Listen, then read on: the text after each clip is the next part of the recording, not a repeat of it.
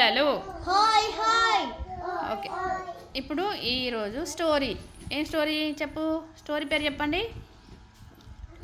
అల్లరి కాకి story. Okay, start.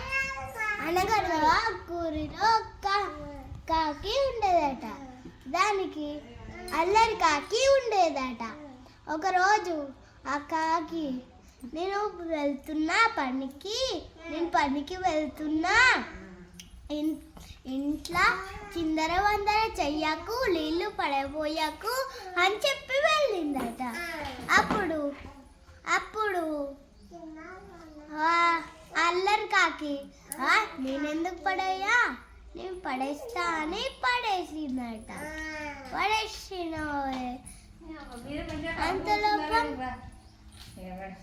కొంచెం జెండా పూలిస్తుందట.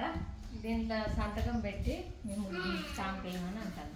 ఒక్క నిమిషం, నేను స్టోరీ చెప్తాను. ఒక్క నిమిషం చెప్పరా.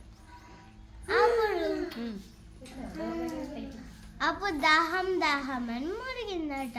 అప్పుడు పక్కింటి అవ్వ కాకి వినబడ్డదట. వినబడి వచ్చింది అల్లరి కాకి దాహం అని మురిగిందట. ఏమైంది అల్లరి కాకి అన్నోలే నేను నీళ్ళు మొత్తం పడపోసినా, నాకు ఇప్పుడు దాహం అవుతుందని చెప్పింది. అప్పుడు ఆగు నేను చిన్న కుండలో నీళ్ళు తెస్తా అని తెచ్చి ఇచ్చిందట. ఇచ్చిన పోలే గబగబా తాగేసిందట.